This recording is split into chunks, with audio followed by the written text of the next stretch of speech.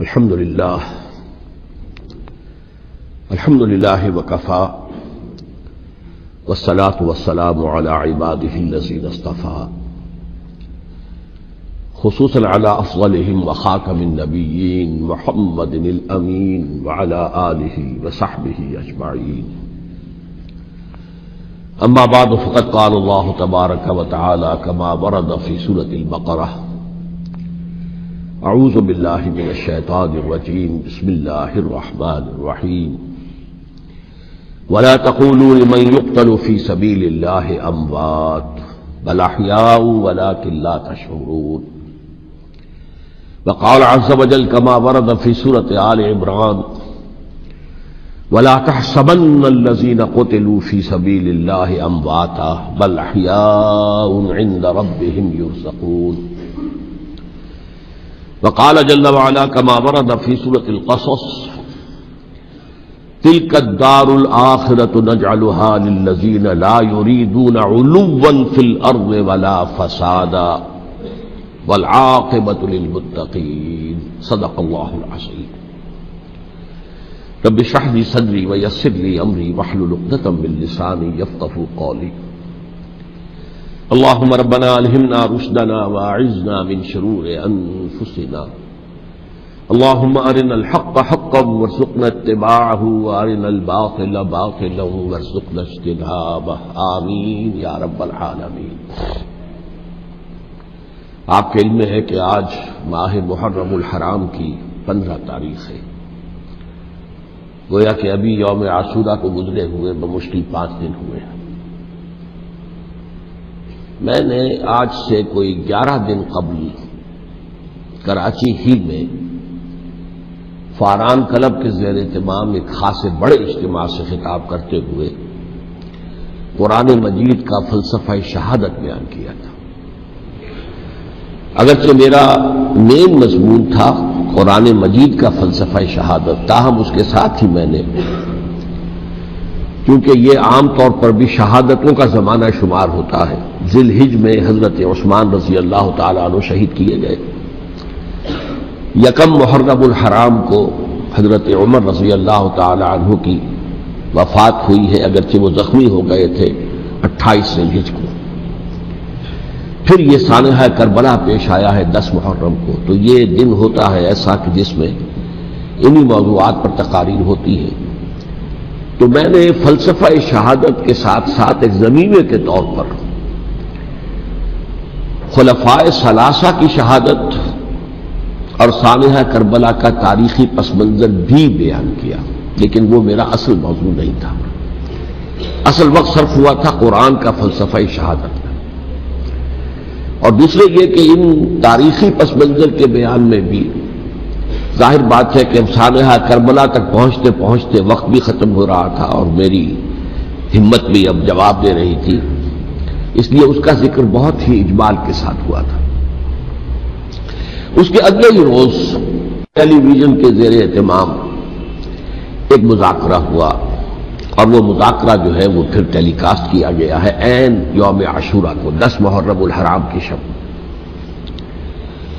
اس کے ضمن میں ایک تو وعدہ خلافی کی جو اس پروگرام کے تمپیر ہیں انیق احمد صاحب، انہوں نے، اور میں نے اسی وقت پروگرام کے خاتمے پر ان سے یہ شکایت کر دی تھی کہ انہوں نے مجھے جو عنوان بتایا تھا وہ تھا قرآن کا فلسفہ شہادت. تو ظاہر بات ہے کہ ذہناً میں اسی کے لیے تیار ہو کر گیا تھا، لیکن وہاں انہوں نے جب شروع کی محفل تو وہاں پر انہوں نے عنوان بیان کیا امام حسین علیہ السلام کی شہادت. اب یہ اگرچہ یقیناً ان میں باہمی تعلق تو ہے، لیکن یہ کہ بہت کافی فرق ہے کہ ایک آپ فلسفہ شہادت سے چل کر اور شہادت حضرت حسین رضی اللہ تعالیٰ عنہ تک پہنچے، اور ایک یہ ہے کہ اصل موضوع ہوئی ہے. بہرحال جو بھی اس وقت، تو اب ظاہر بات ہے کہ کوئی اور شکل نہیں تھی، جو بھی گفتگو ہوئی اس میں نے پورا حصہ لیا. لیکن دوسری زیادتی انہوں نے یہ کی کہ اس میں سے میرے بیان کے بہت سے حصوں کو حذف کر دیا. اس کاٹ چھانٹ سے ایک تو میرا نقطہ نظر پورے طور پر قارئین یا ناظرین کے سامنے نہیں آ سکا، سامعین کے سامنے نہیں آ سکا، اور دوسرے اس سے کچھ مغالطے بھی پیدا ہوئے. تو میں نے یہ سوچا کہ اب یہاں اس جمعے میں میں ان کی وضاحت کر دوں، اسی لیے باصرار میں نے یہ موضوع رکھوایا کہ سانحہ کربلا کا تاریخی پس منظر کیا ہے. الحمدللہ کہ جہاں تک وہ مذاکرہ جو ان کے ریکارڈنگ روم میں اسٹوڈیو میں منعقد ہوا وہ بہت ہی پرامن، بہت اچھے انداز میں ہوا، اور اس میں کوئی یعنی یوں سمجھیے کہ زیادہ آرگیومنٹ جسے کہتے ہیں اس کی بھی ضرورت پیش نہیں آئی. عموماً تمام باتوں پر کنسنسس اور ایک طرح کا اجماع سامنے آیا. اور اس کا خاص سبب یہ ہے کہ میرے علاوہ سنی علماء میں سے تو مولانا احترام الحق تھانوی صاحب تھے، اور وہ بھی بہت صلح کل قسم کے آدمی ہیں، اور شیعہ حضرات میں سے جو دو حضرات تھے وہ بھی نہایت معقول، نہایت سنجیدہ اور نہایت شرافت اور مروت کا مجسمہ نظر آئے. ان میں سے ایک صاحب سے میری پرانی یاد اللہ ہے، علامہ ڈاکٹر قلب صادق، ان کا تعلق لکھنؤ سے ہے، اور یہ میرے اندازے میں پوری طریقے سے نہیں کہہ سکتا، اس وقت جو بر عظیم پاک و ہند میں نامور علماء ہیں اہل تشیع کے، ان میں سے یہ چوٹی کی شخصیت ہے، اس میں کسی شک و شبہ کی گنجائش نہیں. بہت مسلم عالم دین ہے، نہ صرف عالم دین ہے بلکہ ڈاکٹریٹ بھی انہوں نے کی ہوئی ہے. دوسری بات یہ کہ یہ بھی لکھنؤ کے رہنے والے تھے، اور مولانا سید ابو الحسن علی ندوی رحمۃ اللہ علیہ وہ بھی لکھنؤ کے، رائے بریلی کے رہنے والے تھے جو 40-45 میل دور ہے، لیکن ان کا اصل مرکز تو آپ کو معلوم ہے دارالعلوم ندوۃ العلماء لکھنؤ. تو ان کے ساتھ ان کے بڑے ہی برادرانہ تعلقات ہیں، ایک دوسرے سے بڑی محبت. اور مولانا علی میاں رحمۃ اللہ علیہ بھی ان کے اجتماعات میں جا کر شریک ہوتے رہے ہیں، اور انہوں نے ایک فقرہ بھی نقل کیا مولانا علی میاں رحمۃ اللہ علیہ کا کہ آج ہمیں کوفے اور دمشق کی طرف دیکھنے کی ضرورت نہیں ہے بلکہ کربلا کی طرف دیکھنے کی ضرورت ہے. تو بہرحال مولانا علی میاں رحمۃ اللہ علیہ کو جو خاص تعلق تھا حضرت علی رضی اللہ تعالیٰ عنہ کی ذات کے ساتھ، اس پر تو ان کی ایک عظیم تصنیف جو ہے حضرت علی کی سیرت مطہرہ پر وہ خود دلالت کرتی ہے. تو علامہ ڈاکٹر قلب صادق جو ہے وہ ایک تو اہل تشیع کے چوٹی کے علماء میں سے ہیں، مولانا علی میاں کے ساتھ ان کے برادرانہ تعلقات. خود میرے ساتھ ان کا معاملہ یہ رہا، اس کی وجہ کیا ہے کہ یہ اتحاد بین المسلمین کے بہت بڑے داعی اور علم بردار ہیں. شیعہ سنی جو ہے منافرت اور مخاصمت کی بجائے چاہتے ہیں کہ مفاہمت ہو اور قرب ہو اور غلط فہمیوں کا ازالہ ہو. اسی وجہ سے ان کی خصوصی نظر عنایت مجھ پر رہی ہے. مجھے یہ تو پوری طرح یاد نہیں کہ کراچی میں بھی ان سے ملاقات ہوئی تھی یا نہیں، لیکن ایک مرتبہ لاہور تشریف لائے تھے اور وہاں مجھ سے ملاقات ہوئی. پھر ایک مرتبہ میں نیو یارک میں تھا اور اتفاقاً ان کا بھی وہیں پر قیام تھا یا تشریف آوری ہو گئی تھی، تو وہاں بھی بڑی مفصل ملاقات کے لیے وہ تشریف لائے تھے. پھر میرا جو ایک کتاب کہنے درمیانی شے ہے، شیعہ سنی مفاہمت کی ضرورت اور اہمیت، اس کے یہ باقاعدہ مبلغ رہے ہیں. اس کے بہت سے نسخے انہوں نے منگوا کر اپنے طور پر یہاں محرم الحرام کی جو ان کی مجالس ہوتی ہیں، اس مرتبہ بھی اسی کے لیے تشریف لائے ہوئے تھے، تو اس کے اندر انہوں نے اس کا تعارف کرایا، اس کی تعریف کی، اور اس کے بہت سے نسخے جو ہے وہ فروخت کروائے. تو یہ میں نے اصل میں آپ کے سامنے ایک پس منظر رکھ دیا ہے اس شخصیت کا کہ جو اس میں میجر ریپرزنٹیٹو تھے اہل تشیع کی طرف سے. انہوں نے ایک نکتہ جو بیان کیا، واقعہ یہ ہے کہ میرا ذہن بھی ادھر منتقل نہیں ہوا تھا اس سے پہلے. انہوں نے فرمایا کہ یہ اللہ کے راستے میں شہید ہو جانے والے کو جو اللہ کے راستے میں قتل ہو جائیں، سورہ بقرہ میں تو فرمایا انہیں مردہ مت کہو، وَلَا تَقُولُوا لِمَن يُقْتَلُ فِي سَبِيلِ اللَّهِ أَمْوَاتٌ بَلْ أَحْيَاءٌ وَلَٰكِن لَّا تَشْعُرُونَ. وہ تو زندہ ہے لیکن تمہیں ان کا شعور نہیں ہے. لیکن سورہ آل عمران کے اندر جو آیت آئی ہے وَلَا تَحْسَبَنَّ الَّذِينَ قُتِلُوا فِي سَبِيلِ اللَّهِ أَمْوَاتًا بَلْ أَحْيَاءٌ عِندَ رَبِّهِمْ يُرْزَقُونَ. ہرگز مت سمجھنا ان کو جو اللہ کی راہ میں قتل ہو جائیں کہ وہ مردہ ہیں، وہ زندہ ہیں، اپنے رب کے پاس سے رزق پا رہے ہیں. تو انہوں نے کہا کہ اللہ تعالیٰ کی راہ میں قتل ہو جانے والے کو مقتول کہنا ہی نہیں، سمجھنا بھی غلط ہے. دل سے بھی بات جو ہے وہ یہ نہیں ہونی چاہیے کہ وہ مردہ ہے، بلکہ وہ زندہ ہے، اس شد و مد کے ساتھ۔ وَلَا تَحْسَبَنَّ، ہرگز نہ سمجھنا ان کو جو اللہ کی راہ میں قتل ہو جائیں کہ وہ مردہ ہے، وہ تو زندہ ہے، اپنے رب کے پاس سے رزق پا رہے ہیں۔ اس طرح میرا ذہن نہیں گیا تھا، میں اس کو تسلیم کر رہا ہوں۔ دوسرے جو شیعہ عالم دین تھے، مجھے ان کا پورا نام مستحضر نہیں ہے، نقوی صاحب، وہ بھی ڈاکٹر بھی ہیں اور عالم دین ہیں، وہ بھی تھے، اور وہ بھی بہت ہی جو سمجھیے کہ یعنی دلیل کو تسلیم کرنے والے اور بہت ہی معقول انداز میں گفتگو کرنے والے تھے۔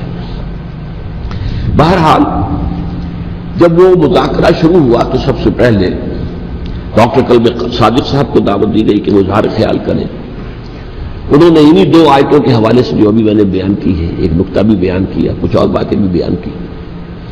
اس کے بعد جب میری باری آئی تو میں نے کہا کہ مجھ سے کچھ اور سوال کیا گیا تھا، لیکن میں نے کہا کہ میں پہلے بات وہیں سے شروع کرنا چاہتا ہوں۔ سوال یہ کیا گیا تھا ڈاکٹر کلب صادق سے کہ قرآن کا فلسفہ شہادت کیا ہے۔ تو میں نے کہا جو سوال آپ نے ان سے کیا تھا، میں اس کے جواب سے اپنی بات شروع کرنا چاہتا ہوں کہ میرے نزدیک قرآن مجید میں اللہ کی راہ میں قتل ہونے کے لیے لفظ شہادت آیا ہی نہیں ہے۔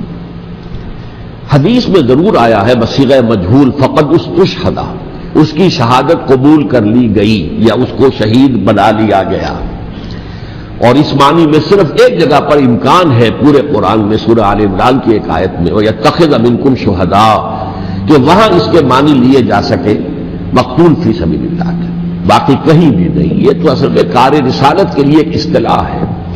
ہر رسول شاہد بن کر آیا، شہید بن کر آیا، یہاں دنیا میں وہ اپنے عمل سے، اپنے قول سے، انفرادی اجتماعی سطح پر حق کی گواہی دیتا رہا، اور قیامت کے دن کھڑے ہو کر پروزیکیوشن وٹنس کی حیثیت سے اپنی قوم کے خلاف گواہی دے گا کہ اللہ میں نے ان کے سامنے تیرا پیغام پہنچا دیا تھا، اب جو کچھ انہوں نے کیا اس کے ذمہ دار یہ ہے۔ دے کانٹ پلیڈ اگنورینس، وہ یہ نہیں کہہ سکتے کہ ہمیں معلوم نہیں تھا، ہمیں بتایا نہیں گیا تھا۔ بہرحال اس پر مجھے بڑی خوشی ہوئی جب علامہ نقوی صاحب نے اس نقطے کو بہت سراہا اور انہوں نے تسلیم کیا کہ کچھ دنوں سے مجھے بھی یہ خیال ہو رہا تھا، یعنی یہ کہ یہ کوئی زیادہ پرانا خیال ان کا نہیں تھا۔ انہوں نے فرمایا کچھ دنوں سے مجھے بھی یہ خیال ہو رہا تھا کہ قرآن میں تو یہ لفظ شہید اور شہادت اس معنی میں ہے ہی نہیں۔ میرا گمان یہ ہے کہ چونکہ اس موضوع پر میں نے بہت تقریریں کی ہیں، سال ہر سال سے تقریریں کر رہا ہوں، قرآن کا فلسفہ شہادت کیا ہے، اور اس کے حوالے سے یہ کہ امت مسلمہ کا کیا فرض منصبی ہے، شہادت علی الناس کی کیا ذمہ داری ہے جو امت مسلمہ پر ہے۔ تو یہ تو میری دعوت قرآنی کے اہم مضامین میں سے ہے، تو ہو سکتا ہے کہ میری ہی کسی تقریر کی کوئی اڑتی ہوئی خبر ان کے کانوں تک پہنچی ہو، واللہ عالم، لیکن انہوں نے اس نقطے کو سراہا، اور مجھے اللہ کے فضل و کرم سے مجھے اس پر خوشی ہوئی کہ بجائے اس کے کہ وہ اس پر کوئی آرگیومنٹ کرتے، کوئی بحث و تبحیث کرتے، انہوں نے میری اس بات کو تسلیم کیا اور اس کی گویا کہ تائید کی۔ پھر میں نے عرض کیا کہ جہاں تک خلفائے ثلاثہ کی شہادت کا اور شہادت حسین یا سانحہ کربلا رضی اللہ تعالی عنہم اجمعین کا تعلق ہے، اصل میں اس کو نہیں سمجھ سکتے لوگ جب تک کہ ریولیوشن اور کاؤنٹر ریولیوشن کا فلسفہ سمجھ میں نہ آئے۔ جب کسی ملک میں کسی خطہ ارضی میں کوئی انقلابی تحریک چل رہی ہوتی ہے، ظاہر بات ہے ابتدا میں تو انقلابی لوگ چند ہوتے ہیں، کمزور ہوتے ہیں، ضعیف ہوتے ہیں، ان سے کوئی خطرہ محسوس نہیں ہوتا، لیکن کشاکش کے دوران ایک وقت آ جاتا ہے کہ پھر جو مخالف انقلاب ہیں وہ یہ سمجھ بیٹھتے ہیں، سمجھ جاتے ہیں کہ اب ہماری پیش نہیں جا رہی، اب ہمارا بس نہیں چلے گا، لہذا سر جھکا دو۔ اسے پنجابی محاورے میں کہا جاتا ہے نیوی پاؤ، اس وقت کو گزارو۔ اب اس کے بعد پھر کوئی موقع ملا تو دیکھیں گے کہ اس انقلاب کو ہم انڈو کر سکیں، کاؤنٹر ریولیوشنری موومنٹس۔ یہ اصل میں فلسفہ سمجھ میں نہ آئے اور ریولیوشن کا فلسفہ سمجھ میں نہ آئے تو سیرت النبی سمجھ میں نہیں آ سکتی۔ منہج انقلاب نبوی میری کتاب ہے، اس کو پڑھیے تو سیرت کا وہ تجزیہ آپ کے سامنے آئے گا جو آپ کی آنکھیں کھول دے گا کہ سیرت کو ہم کیا سمجھتے رہے اور سیرت اصل میں ہے کیا۔ بہرحال یہ کاؤنٹر ریولیوشنری موومنٹس تھیں کہ جب عرب میں حضور کو فیصلہ کن قوت حاصل ہو گئی تو جو بھی مخالفین تھے انہوں نے سر جھکا لیا، سرنڈر کیا، اسلام لے آئے، گویا کہ چھپ گئے اسلام کے لبادے میں، لیکن وہ تھے اسی طاق میں کہ پھر کبھی موقع ملے تو پھر ہم اس نظام کو لہو بالا کر دیں، تلپٹ کر دیں۔ یہ رد عمل سب سے پہلے خود عرب کے اندر پیدا ہوا، کیونکہ مشرکین عرب کو جب سورہ توبہ کی پہلی 6 آیات نازل ہوئی ہیں جن میں الٹیمیٹم دے دیا گیا کہ اب کسی مشرک قبیلے سے کوئی معاہدہ اللہ کا اور اس کے رسول کا نہیں ہوگا، تمہیں 4 مہینے کی مہلت دی جا رہی ہے، یا ایمان لے آؤ اور یا تمہیں قتل کر دیا جائے گا۔ یہ بہت سخت آیات ہے قرآن کی، سورہ توبہ کی ابتدائی 6 آیات۔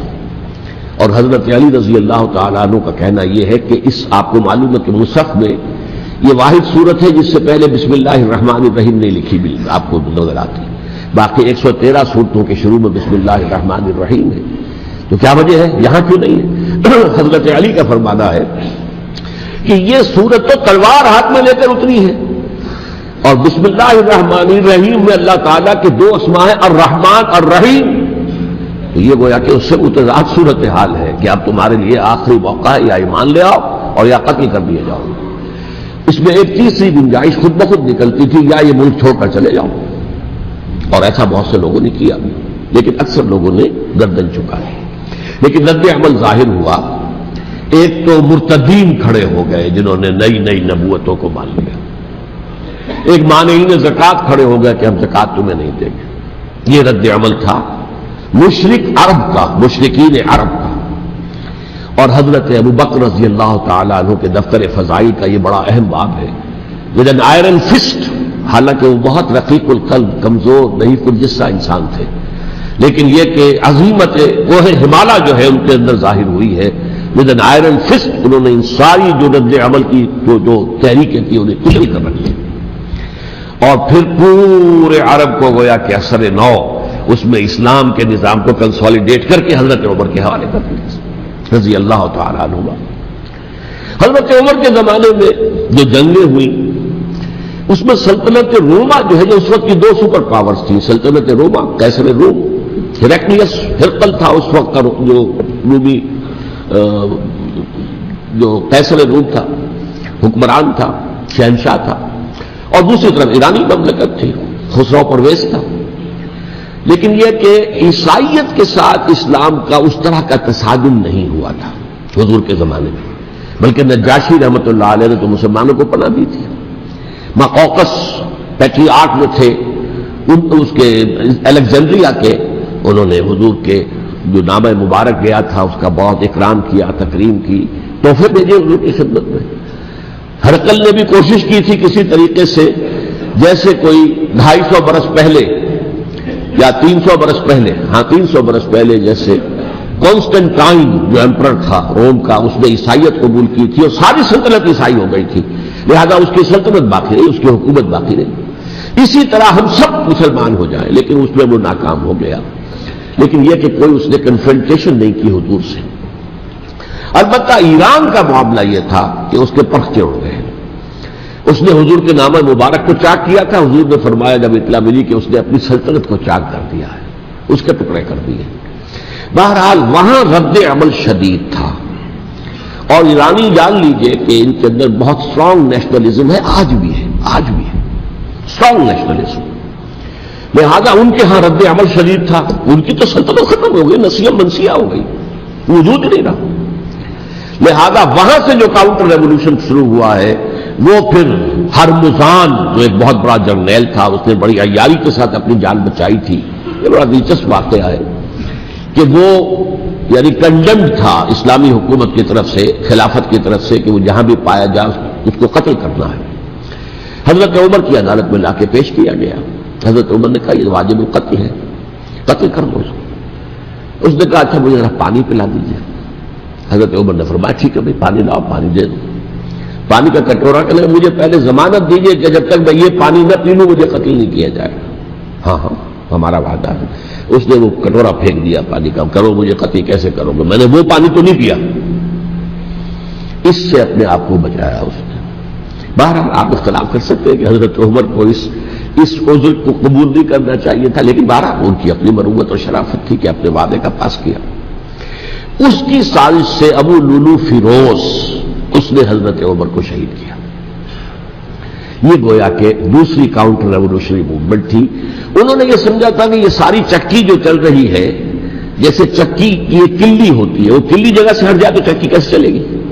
یہی بات حضرت علی نے فرمائی تھی حضرت عمر سے رضی اللہ تعالی عنہما جب شام کے محاذ پر کچھ پسپائی سی ہو رہی تھی تو حضرت عمر نے ارادہ کیا میں خود جاؤں گا محاذ پر اور کمانڈ کروں گا. حضرت علی رضی اللہ تعالیٰ عنہ نے فرمایا کہ نہیں امیر المومنین آپ مت جائیں، چکی اسی وقت تک چلتی ہے جب تک کہ کلی گڑی ہوئی. آپ کلی ہیں اس وقت اس نظام کی جس کے گرد یہ اسلام کی چکی گھوم رہی، آپ مت جائیں. لہذا حضرت عمر نے ان کی بات مانی. اس قدر صائب مشورہ تھا جو کیا تھا. بہرحال انہوں نے یہ سمجھا تھا کہ عمر ہی کے بل پر چل رہا ہے یہ سب کچھ، لہذا عمر کو بیچ سے ہٹا دینے سب بیٹھ جائے گا. لیکن ظاہر بات ہے کہ محمد رسول اللہ کی بنائی ہوئی عمارت صلی اللہ علیہ وسلم اتنی کمزور نہیں تھی. اس کے بعد حضرت عمر کے انتقال کے بعد حضرت عثمان کا انتخاب ہوا، اور حضرت عثمان کے بھی 10 سال پہلے جو ہے وہ بالکل حضرت عمر کی جو دور خلافت ہے اس کے بالکل مشابہ ہے، مماثلی. ہمارے ذہنوں میں یہ تصور بٹھا دیا گیا کہ سارے 12 سال شاید فتنہ ہی فتنہ رہا، فساد ہی فساد رہا، دنگا رہا، لڑائی رہی. نہیں 10 سال پورا امن. اور جس طریقے سے فتوحات کا سیلاب حضرت عمر کے زمانے میں جا رہا تھا اسی طریقے سے حضرت عثمان کے 10 سالوں کے دوران گیا. آخری 2 سالوں میں ایک فتنہ اٹھا ہے. یہ فتنہ کیا ہے اس کو سمجھ لیجیے. مذاہب کی جو 3 سے کنفرنٹیشن ہوئی تھی، ایک تو یہ کہ مملکتوں میں سے مملکت ہرقل، مملکت روم، مملکت ایران. رومی سلطنت کی 2 ٹانگیں مسلمانوں نے توڑ دی، شمالی افریقہ سے نکال دیا، مغربی ایشیا سے نکال دیا. لیکن یورپ میں وہ قائم تھا، اس کی سلطنت تھی. لیکن ایرانی سلطنت کا بالکل کیا پاچا ہو گیا، ختم ہو گیا. اسی طریقے سے 3 مذاہب سے کنفرنٹیشن ہوئی. مشرکین عرب سے، اس کا میں بیان کر چکا ہوں، ان کا پہلا وار حضرت ابوبکر کے عہد خلافت میں ہو گیا. دوسرے جو عیسائیوں کا معاملہ تھا ان سے بھی کوئی تصادم نہیں ہوا حضور کے حیات طیبہ کے دوران. لیکن جو یہودیت بطور مذہب، اس کو ظاہر بات ہے کہ اسلام نے اس کو ختم کیا تھا کم سے کم جزیرہ نما عرب سے. مدینے میں 3 قبیلے تھے جو اپنی غداری کی وجہ سے اور اپنی صلح کو توڑنے کے جرم کی پاداش میں 2 نکالے گئے، اور تیسرا جو ہے اس کے تمام جو بھی جوان افراد تھے انہیں قتل کیا گیا. پھر خیبر پر حملہ کیا گیا اور خیبر کو جو ہے فتح کیا گیا. وہ یہودیوں کا بہت بڑا گڑھ تھا، اور جو مدینے سے نکالے گئے تھے وہ بھی وہیں جا کر مقیم ہو گئے تھے. تو اس اعتبار سے، اور پھر یہودی اپنے آپ کو سمجھتے تھے اللہ کی طرف سے دنیا میں جو نمائندہ جو ہے امت وہ ہم ہیں. اب انہیں معزول کر کے امت محمد کو وہاں پر کھڑا کر دیا گیا صلی اللہ علیہ وسلم. لہذا وہ بہت زیادہ جو سمجھیے ایگریوڈ، سب سے زیادہ جن کو گزند پہنچا ہے حضور کے دست مبارک سے، وہ یہودی تھے. لہذا ان کا جو رد عمل آیا ہے وہ ہے جس کے نتیجے میں حضرت عثمان شہید ہوئے، حضرت علی شہید ہوئے، حضرت حسین شہید. اب اس چیز کو اچھی طرح سمجھیے. یہ جو رد عمل ہے یہ ایک شخص کے ذریعے سے آیا، اور اسی لیے بعض لوگ یہ سمجھتے ہیں کہ یہ خامخواہ کی کہانی ہے. کیا ایک آدمی اتنا بڑا کام کر سکتا ہے؟ عبداللہ ابن سبا ایک یہودی جو اسلام کا لبادہ اوڑھ کر حضرت عثمان کے عہد خلافت میں مدینے میں آ گیا. ٹھیک، اس کے بارے میں تو میں بعد میں عرض کروں گا. لیکن ایک شخص کیا کچھ کر سکتا ہے اس کی مثال میں صاحب دے دوں آپ کو. پہلے حضرت مسیح علیہ السلام کے پورے دین کو ایک شخص نے ختم کر دیا. سینٹ پال جسے دنیا جانتی ہے جس کے نام سے، توحید کو تثلیث میں بدل دیا. حضرت عیسیٰ علیہ السلام تو توحید کی تلقین کر کے گئے تھے، توحید ختم، تثلیث آ گئی، جس میں پہلے باپ ماں اور بیٹا تھے، اس کے بعد باپ بیٹا اور روح القدس ہو گئے، تثلیث. نمبر 2، شریعت موسوی کو ساقط کر دیا. لہذا اب پالزم جو ہے، کرسچینٹی نہیں رہی. وہ حضرت عیسیٰ کو کہہ کر گئے تھے کہ شریعت موسوی تم پر لاگو رہے گی، نافذ رہے گی، ساقط کر دیا.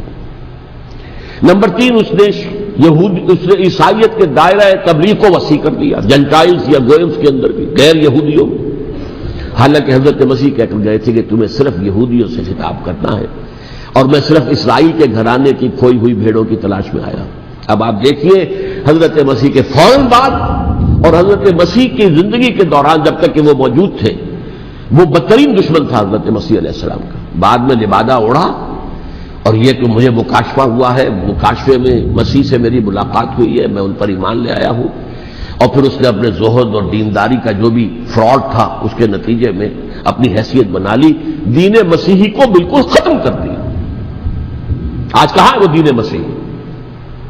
D100 کے مصنف نے بھی صاف لکھا ہے کہ جب تک حضرت مسیح دنیا کے اندر موجود تھے عیسائیت کی حیثیت یہودیت نے ایک فرقے سے زیادہ نہیں تھی. یہودیوں کا ایک فرقہ، ایک جماعت بس. یہ سینٹ پال ہے جس نے اسے ایک مستقل مذہب کی حیثیت اختیار کی ہے. تو اٹ شوڈ بی کالڈ پالزم، اور یہ ایک آدمی کا کارنامہ. اسی طریقے سے یہ تو ہو گیا حضرت مسیح کے فوراً بعد، رفع سماوی کے فوراً بعد. 1500 برس کے بعد ایک تحریک چلی ہے یورپ کے اندر، اصلاح مذہب، اور اس کی پشت پر بھی یہودی ذہن تھا. یہودی ذہن نے عیسائیت کو دو حصوں میں تقسیم کر دیا، کیتھولک اینڈ پروٹیسٹنٹس، اور پروٹیسٹنٹس کو اپنا اعلی کار بنایا. یہ ایک علیحدہ مضمون ہے جس پر میں تفصیل میں نہیں جانا چاہتا. میری کتاب بھی موجود ہے اس موضوع پر، سابقہ اور موجودہ مسلمان امتوں کا ماضی، حال اور مستقبل. اس میں میں نے تفصیل بیان کی. یہ جو تقسیم ہوا ہے تو وہ پہلی بات ایک یہودی، جیسے کہ علامہ اقبال نے، مارکس بھی تو ایک یہودی تھا نا.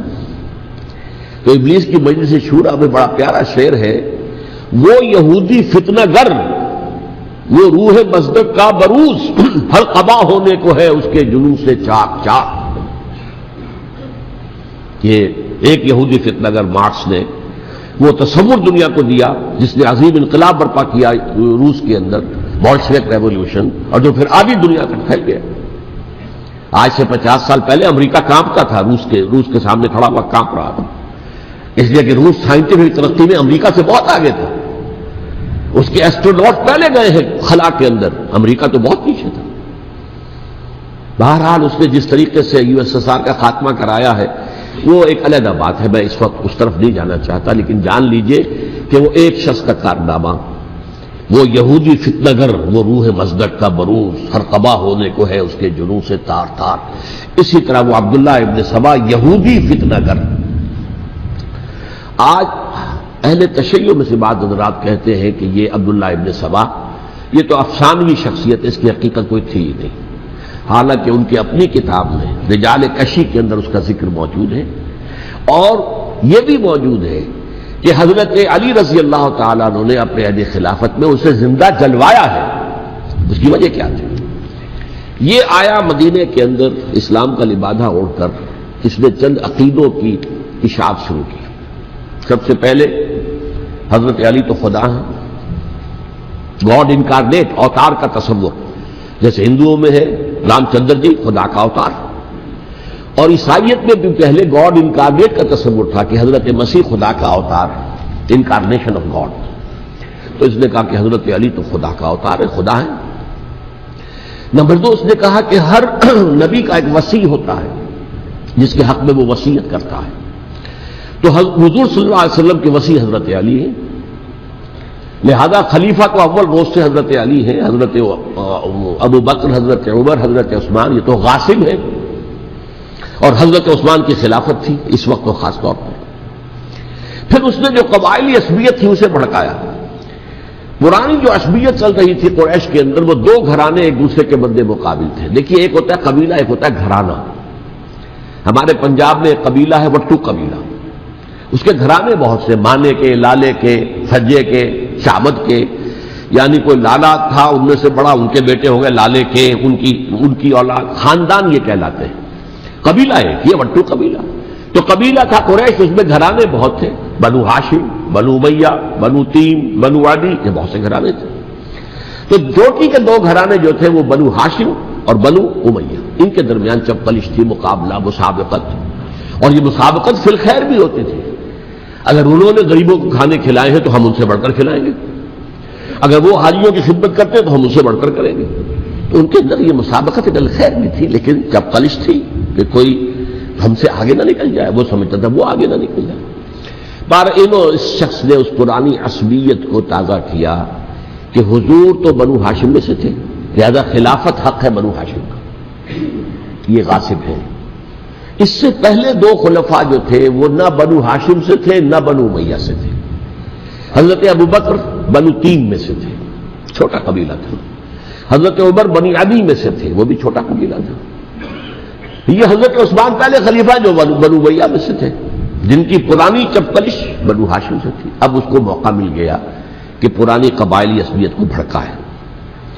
یہ ہے اصل میں اس فتنے کا پس منظر عبداللہ ابن سبا نے جو آ کر پھیلایا ہے، اور اس کی تفصیل میں اس وقت میں نہیں جا سکتا، کیسے یہ فتنہ پروان چڑھا، کیا انہوں نے اسٹریٹجی اختیار کی، کہ یہ کیا کرتے تھے، گروہ بنا کر بھیجتے تھے لوگوں کو، کوفے میں جاؤ تو وہاں پر دمشق کے گورنر کے خلاف اور مصر کے گورنر کے خلاف الزامات لگاؤ، اس نے یہ کیا، وہ غبن کر گیا، وہ یہ کر گیا، وہ خیانت کر رہا ہے، وہ رشتہ داروں کو پال رہا ہے، اور عثمان کے خلاف بھی تقریریں کرو رضی اللہ تعالی عنہ۔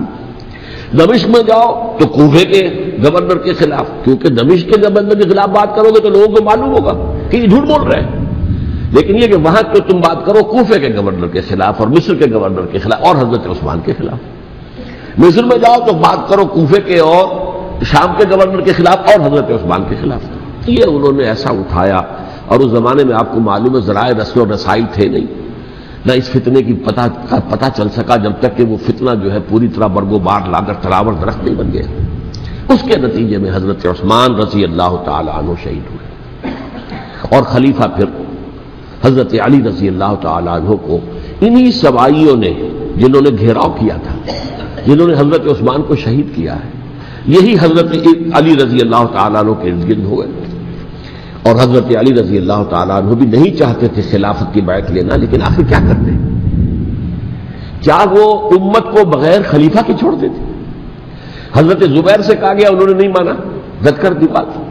حضرت طلحہ سے کہا گیا، انہوں نے نہیں مانا۔ حضرت علی سے کہا گیا، اب عشرہ مبشرہ میں سے یہی تو تھے نا، لہذا انہوں نے تسلیم کر لیا، خلافت ہو گئی۔ لیکن اس کے بعد جو خانہ جنگی ہوئی ہے، اس خانہ جنگی کے نتیجے میں نوٹ کر لیجئے کہ 1,00,000 کے قریب مسلمان ایک دوسرے کی تلواروں اور نیزوں اور برچھیوں اور تیروں سے ختم ہو گئے، ہلاک ہو گئے۔ یہ ہماری تاریخ کا تاریخ ترین باب ہے۔ 5 سال، 4.5 سال حضرت علی کی خلافت کے، اور 6 مہینے حضرت حسن کی خلافت کے رضی اللہ تعالی عنہ۔ اس سے کیا ہوا کہ ایک طرف تو اسلام کی جو توسیع ہو رہی تھی، تھمتا نہ تھا کسی سے سیل رواں ہمارا، وہ سیلاب رک گیا، انٹرنل سیبوٹاج ہو گئی نا، اب تو اندر ہی آپس ہی میں اگر دست و گریبان ہو گئے تو باہر اب کیا توسیع کرتے ہیں، وہ توسیع کا عمل رک گیا۔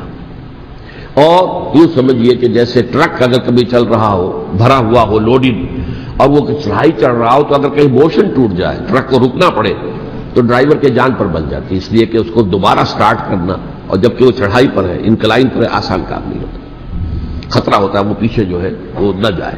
اور پہاڑی علاقوں میں آپ کو معلوم ہے ذرا پیچھے چلے جانے کا مطلب جو ہے بہت خطرناک جو ہے نتیجہ نکل سکتا ہے۔ بہرحال حضرت علی رضی اللہ تعالیٰ عنہ نے اپنے خلافت میں ایک کام یہ کیا، اب اس کی کیا مصلحتیں تھیں یہ تو انہی کے علم میں ہوگا، ہم قیاس کر سکتے ہیں، اور میں اس طرف میں نہیں جانا چاہتا۔ ابھی تک خلافت کا مرکز تھا مدینہ منورہ، حضرت ابوبکر، حضرت عمر، حضرت عثمان، وہی جہاں حضور صلی اللہ علیہ وسلم رہے تھے اور جہاں پر کہ حضور مدفون تھے۔ لیکن حضرت علی نے اپنا مرکز جو ہے وہ کوفہ بنا دیا۔ اچھا، اس کی ایک ظاہری وجہ یہ سمجھ میں آتی ہے کہ اسلام کا جو پھیلاؤ ہو گیا تھا، وہ سلطنت اتنی وسیع ہو گئی تھی کہ مدینہ منورہ بہت جنوب میں اور بڑے صحرا کو عبور کر کے جانا ہوتا تھا۔ کوفہ جبکہ ایسی مقام پر تھا کہ جہاں سے مشرقی راستہ جا رہا ہے ایران کو، عراق کے اندر تو ہے وہ شہر کوفہ، اور پھر ایران اور خراسان اور ہندوستان کو راستہ جا رہا ہے، وہیں سے شمال کی طرف جا رہا ہے، شام کی طرف اور ترکی کی طرف، اور وہاں سے پھر یہ کہ مغربی افریقہ کو بھی کنٹرول کرنا، جو شمالی افریقہ کو وہ بھی آسان تھا۔ بہرحال حضرت علی نے کوفہ کو اپنا مرکز بنایا، اور نتیجہ یہ ہوا کہ سبائیوں کا بھی مرکز وہی بن گیا، کیونکہ انہوں نے اپنے آپ کو گردا گرد رکھا حضرت علی کے رضی اللہ تعالیٰ عنہ۔ اب ظاہر بات ہے کسی پرٹیکولر پرسن کے خلاف تو کوئی مقدمہ موجود تھا نہیں، بلکہ جب جنگ جمل ہو رہی تھی، ابھی جنگ نہیں ہوئی تھی، حضرت عائشہ، حضرت طلحہ، حضرت زبیر وہ لے کر آئے تھے لشکر اس مطالبے کے لیے کہ حضرت عثمان کے قاتلوں کو سزا دی جائے، قصاص لیا جائے۔ حضرت علی رضی اللہ تعالیٰ عنہ سے گفت و شنید ہو رہی تھی، حضرت علی جو ہے اس پر آمادہ ہو گئے کہ ٹھیک ہے، میں جو بھی قاتلین عثمان ہیں ان کو گرفتار کر کے سزا دوں گا۔ عین اسی وقت کوفے کی مسجد کے اندر جو ہے 10,000 کا مجمع کھڑا ہو گیا، ہم سب قاتل عثمان ہیں، لو ہم سے بدلہ کہاں سے ہوگا. اور انہوں نے کیا کیا؟ جاتے ہی جنگ چھیڑ دی. جب چھڑ جائے تو یا مرو یا مارو، اس کے سلاوہ تو کوئی چارہ کار ہوتا ہی نہیں. ایک رات میں 10,000 مسلمان شہید ہوئے، جن میں 2 عشرہ مبشرہ میں سے حضرت زبیر اور حضرت طلحہ رضی اللہ تعالیٰ. تو یہ صورت تھی سبائیوں نے گھیراؤ کیا حضرت علی کا رضی اللہ تعالیٰ. حضرت معاویہ دعوے دار نہیں تھے خلافت کے، قطعاً نہیں. ان کا صرف ایک دعویٰ تھا، اور وہ یہ تھا کہ عثمان کے قاتلوں کو گرفتار کرو، یا خود سزا دو یا ہمارے حوالے کرو، ہم اس سے قصاص لیں گے. اس لیے کہ قبیلہ بنو امیہ کا تھا، اور حضرت امیر معاویہ بنو امیہ میں سے. تو ایک خاندانی طور پر جو ہے ہم قصاص لیں گے ان سے جنہوں نے قتل کیا ہے حضرت عثمان کو. لیکن یہاں ظاہر بات ہے کہ حضرت علی رضی اللہ تعالیٰ عنہ کی طرف سے مطالبہ یہ ہوتا تھا تم پہلے میری بیعت کرو، میرے ہاتھ مضبوط کرو تاکہ میں ان کے خلاف کوئی اقدام کر سکوں. لیکن انہیں یہ اندازہ تھا کہ اگر میں نے بیعت کی تو ظاہر بات ہے کہ حضرت علی تک پہنچنے سے پہلے مجھے گردن اڑا دیں گے یہ لوگ. اس لیے کہ سبائی جو ہے وہ آپ کو گھیرے ہوئے. بہرحال ایک عجیب الجھاؤ، ایک ڈائلیما تھا جس کی وجہ سے یہ جنگ چلتی رہی. اور حضرت علی رضی اللہ تعالیٰ عنہ کو انہی کے شیعان علی ہی کے اندر سے وہ جماعت علیحدہ ہوئی تھی جس کو ہم خوارج کے نام سے جانتے ہیں. اور ایک خارجی ملجم ابن ملجم ہی نے حضرت علی کو شہید کیا رضی اللہ تعالیٰ عنہ. پھر حضرت حسن رضی اللہ تعالیٰ عنہ، اب دیکھیے کس قدر صحیح بات تھی جو حضرت علی رضی اللہ تعالیٰ عنہ نے فرمائی جب ان سے کہا گیا کہ کیا ہم آپ کے بیٹے حسن کے ہاتھ پر بیعت کر لیں رضی اللہ تعالیٰ عنہ. فرمایا نہ میں تمہیں اس کا حکم دیتا ہوں نہ میں اس سے روکتا ہوں، یہ تمہارا معاملہ ہے. امرہم شورا بینہم، تم اپنے باہمی مشورے سے جو فیصلہ کرو گے ٹھیک ہے، میں نہ حکم دیتا ہوں نہ روکتا ہوں. اس کا کیا مطلب ہے؟ باپ کے بعد بیٹے کی خلافت ہرگز حرام نہیں ہے، ورنہ کہتے کیسے ہو سکتا میرا بیٹا؟ نہیں، یہ نہیں کہا آپ نے. حضرت عمر سے بھی کہا گیا تھا کہ اپنے بیٹے کو نامزد کر دیں، عبداللہ ابن عمر کو، تو انہوں نے جواب میں کیا کہا؟ اسے تو طلاق دینی بھی نہیں آتی. انہوں نے اپنی کسی زوجہ کو طلاق دی تھی اور اس میں جو صحیح ترین طریقہ ہے وہ اختیار نہیں کیا تھا. انہیں طلاق دینے تک نہیں آتی تو میں اسے خلیفہ بنا دوں. یہ نہیں کہا تھا کہ باپ کے بعد بیٹا خلیفہ نہیں ہو سکتا، یہ تو نہیں کہا. کہیں حرام نہیں ہے، نہ کتاب و سنت میں، نہ کوئی حدیث ہے، نہ کہیں قرآن مجید میں. تو حضرت علی نے بھی فرمایا رضی اللہ تعالی نہ میں روکتا ہوں نہ حکم دیتا ہوں، یہ تمہارا اپنا معاملہ ہے. بہرحال حضرت حسن رضی اللہ تعالی عنہ نے حضرت امیر معاویہ سے صلح کر لی، خلافت ان کے سپرد کر دی. دیکھیے میں حضرت ابوبکر، حضرت عمر، حضرت عثمان، حضرت علی کے ساتھ حضرت حسن کے دور خلافت کو بھی خلافت راشدہ میں سے سمجھتا ہوں. اور تبھی 30 سال پورے ہوتے ہیں اس حدیث کے مطابق کہ حضور نے فرمایا خلافت 30 برس رہے گی پھر ملوکیت آ جائے گی. تو حضرت حسن کا بہت بڑا کارنامہ یہ ہے کہ اس خانہ جنگی کا دروازہ بند کر دیا. اور یہ پیشن گوئی تھی حضور کی صلی اللہ علیہ وسلم حضرت حسن کو جب بچے تھے حضور کے انتقال سے پہلے، میرا یہ بیٹا مسلمانوں کے 2 گروہوں میں صلح کرائے گا. یہ حضور کی پیشن گوئی تھی، اور وہ پیشن گوئی حضرت حسن کے علم میں بھی ہوگی یقیناً. بہرحال انہوں نے صلح کی حضرت امیر معاویہ کے ساتھ رضی اللہ تعالی عنہ، خلافت ان کے حوالے کر دی اور کچھ شرائط تھی طے ہو گئی. اللہ خیر سکتا. حضور کی تو یہ پیشن گوئی جو ہے صحیح ثابت ہوئی کہ میرا یہ بیٹا مسلمانوں کے 2 بڑے گروہوں کے درمیان صلح کرا دے گا. اور سبائیوں نے انہیں تانے دیے یا عار المومنین، اے مومنوں کے لیے موجب عار، موجب شرم تم نے بزدلی دکھائی ہے، تم نے امیر معاویہ کو خلیفہ تسلیم کر لیا، تم نے بزدلی دکھائی. معاذ اللہ ثم معاذ اللہ ثم معاذ اللہ. اب میں کچھ باتیں حضرت امیر معاویہ کے بارے میں کہنا چاہتا ہوں، اس لیے کہ وہاں اس میں میں نے حضرت معاویہ کے بارے میں یہ تو بہت شدت کے ساتھ کہا تھا، اور میں اب بھی اس پر قائم ہوں اور پوری طریقے سے قائم ہوں. میرا مستقل موقف یہی ہے کہ حضرت معاویہ رضی اللہ تعالی عنہ کے دور خلافت کو ہم خلافت راشدہ میں شامل نہیں سمجھتے، اہل سنت میں سے کوئی بھی نہیں سمجھتا. لیکن اس کے ساتھ میں نے حضرت امیر معاویہ کے کچھ مناقب بھی بیان کیے تھے تاکہ پلڑا جو ہے ترازو کا اس کے دونوں پلڑے سامنے آ جائیں. لیکن یہ وہ حصہ میرے اس بیان کا نکال دیا گیا، ختم کر دیا گیا. یہ میں نہیں جانتا کہ اس میں کیا مصلحت دیکھی گئی ہے. اس میں تو کسی کے لیے کوئی معاملہ ایسا نہیں تھا کسی کے جذبات کو جو ہے وہ ٹھیس پہنچانے والا. کیونکہ میں نے کہا وہ خلیفہ راشد نہیں تھے، صاف میں نے کہا، بلکہ وہ دور ملوکیت کا آغاز ان سے ہو گیا ہے. بلکہ جب ایک صاحب نے یہ کہا کہ کربلا کے بعد سے دور ملوکیت آ رہی تھی تو میں نے کہا نہیں جناب، دور ملوکیت تو 20 سال پہلے پوری ہو چکی تھی، شروع ہو چکی تھی. حضرت امیر معاویہ کے بھی 20 سال جو ہے وہ دور ملوکیت میں شمار ہیں. انہیں کسرى العرب بھی کہا گیا، عرب کے کسریٰ، جو شہنشاہ ایران کا خطاب تھا حضرت معاویہ رضی اللہ تعالیٰ عنہ کو کسرى العرب کہا گیا، عرب کا کسریٰ یہ. لیکن دوسری طرف یہ ہے کہ وہ صحابی رسول ہیں رضی اللہ تعالیٰ عنہ، حضور کے برادر نسبتی بھی ہیں، حضور کے سالے ہیں. ان کی ہمشیرہ ام حبیبہ حضور کی زوجہ محترمہ ہیں، ام المومنین ہیں ام حبیبہ رضی اللہ تعالیٰ عنہ. پھر کس قدر معتمد علیہ تھے حضور کے کہ کاتبان وحی میں شامل تھے. وحی کی کتابت کرنے والے چند لوگ تھے جنہیں کہ حضور کہتے تھے کہ اب یہ آیت لکھ لو، ان میں سے ایک امیر معاویہ بھی رضی اللہ تعالیٰ.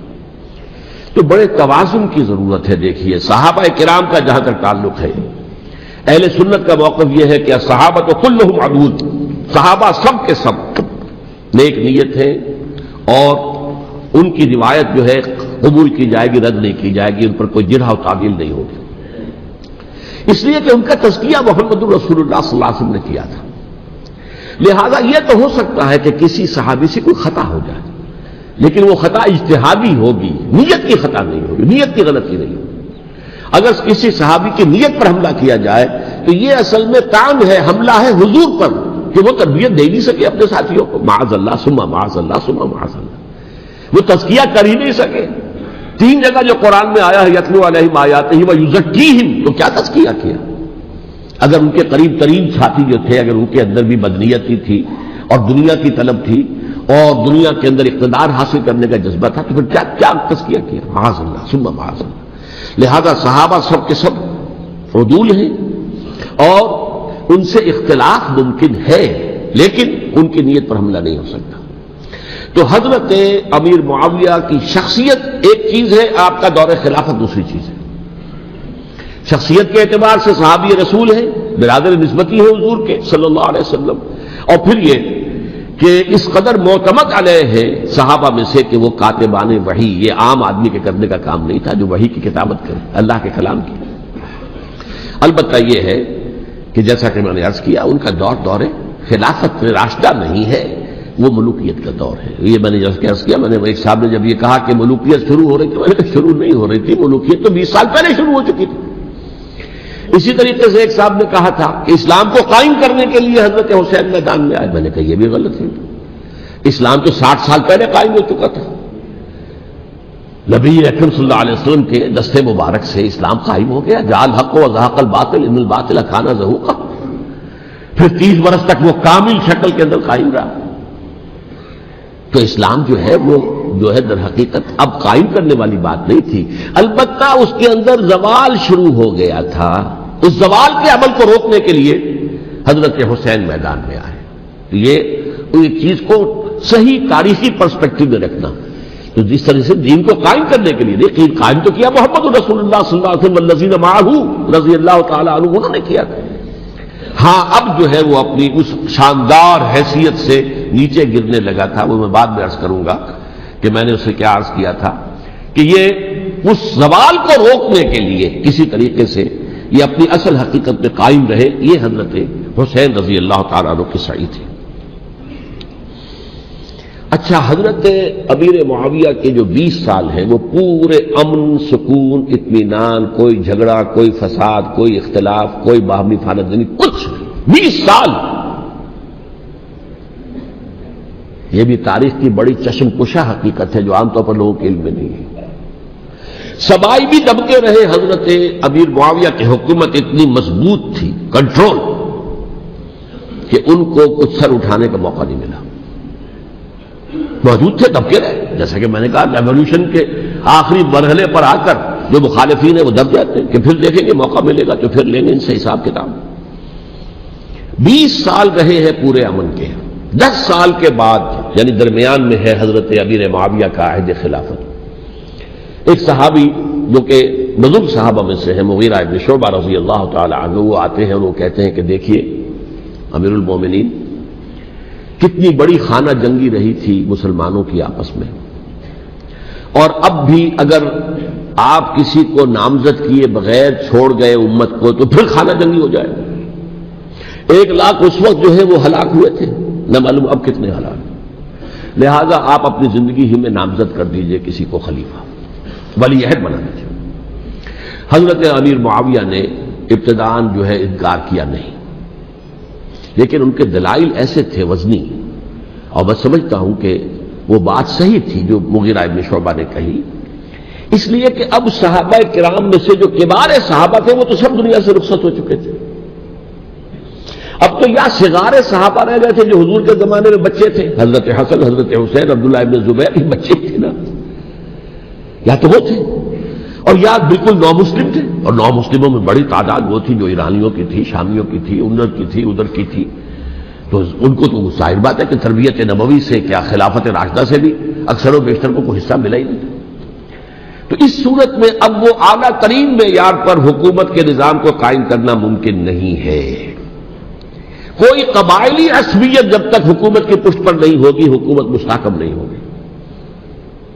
یہ گویا کہ ایک جس کو کہتے ہیں کہ حقیقت بینی، واقعیت پسندی، ایک آئیڈیلزم ہے اور ایک ریئلزم ہے کہ آپ فیکٹس آن دی گراؤنڈ کو غور کریں، سوچیں اس کے اوپر اور پھر کوئی فیصلہ کریں.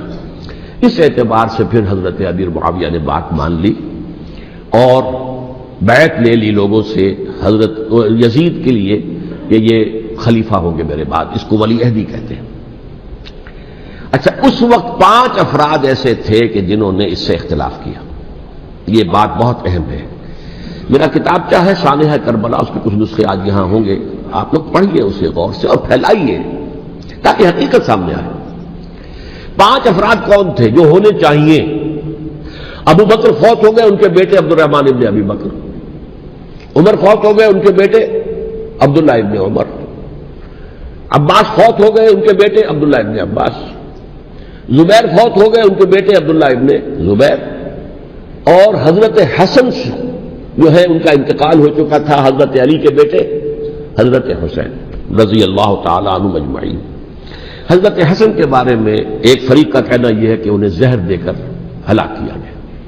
اہل تشیع کا قول یہ ہے، جبکہ اہل سنت کہتے ہیں کہ نہیں، وہ اپنی جو بھی طبی موت تھی اس سے ان کی وفات. لیکن میں اس میں نہیں جانا چاہتا، اس لیے کہ یہ مائکرو ہسٹری جو ہے نا، وہ تو ایک ایک واقعے کے لیے ادھر کی روایات کیا، ادھر کی کیا ہیں، ان کے پاس کیا دلائل، یہ تو کسی ریسرچ اسکالر کا موضوع ہے، میرا موضوع نہیں ہے. لیکن بہرحال یہ 5 حضرات تھے جنہوں نے ولی عہدی کی بیعت نہیں کی.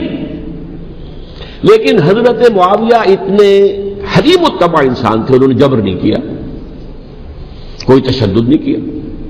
ٹھیک ہے، ولی عہدی کی بیعت نہیں کر رہے، کوئی بات نہیں، میری بیعت تو کی ہوئی ہے نا، ابھی تو میں زندہ ہوں، بات ختم ہو گئی. میری بیعت کو تو نہیں توڑا انہوں نے، فسخ بیعت نہیں کی. اس اعتبار سے انہوں نے نہ کوئی تشدد کیا، نہ جبر کیا، نہ کوئی مواخذہ کیا. لیکن جب امیر معاویہ کا انتقال ہو گیا، اب ولی عہدی کی بجائے وہ اب خلافت کی بیعت کی. سب لوگوں نے بیعت کر لی. ان 5 میں سے ایک فوت ہو چکے تھے. حضرت عبد الرحمن ابن ابی بکر فوت ہو چکے رضی اللہ تعالی. 4 تھے. ان 4 میں ایک اختلاف ہوا. 2 کی رائے یہ تھی، عبداللہ ابن عمر، عبداللہ ابن عباس، کہ اگرچہ یہ کام غلط ہوا ہے، اسلام کی روح کے منافی ہوا ہے، یہ بادشاہت کی بنیاد پڑ رہی ہے، لیکن یہ بات ایسی نہیں ہے کہ اس کی بنا پر ہم خانہ جنگی شروع کروا دیں، امت کے اندر خون خرابہ کروائیں، فساد کروائیں. لہذا انہوں نے بیعت کر لی. اب کوئی اگر یہ کہے معاذ اللہ کہ وہ بک گئے تھے یزید کے ہاتھوں، معاذ اللہ ثم معاذ اللہ، وہی بات آپ اختلاف کر سکتے ہیں کہ انہیں نہیں کرنی چاہیے تھی، یہ کوئی رائے رکھے، مجھے اختلاف نہیں. لیکن ان کی نیت پر حملہ کریں گے تو حملہ محمد رسول اللہ پر ہوگا صلی اللہ علیہ وسلم. عبداللہ ابن عمر کون ہے؟ پچھلی حدیثیں ان سے جو ہے وہ منقول ہیں.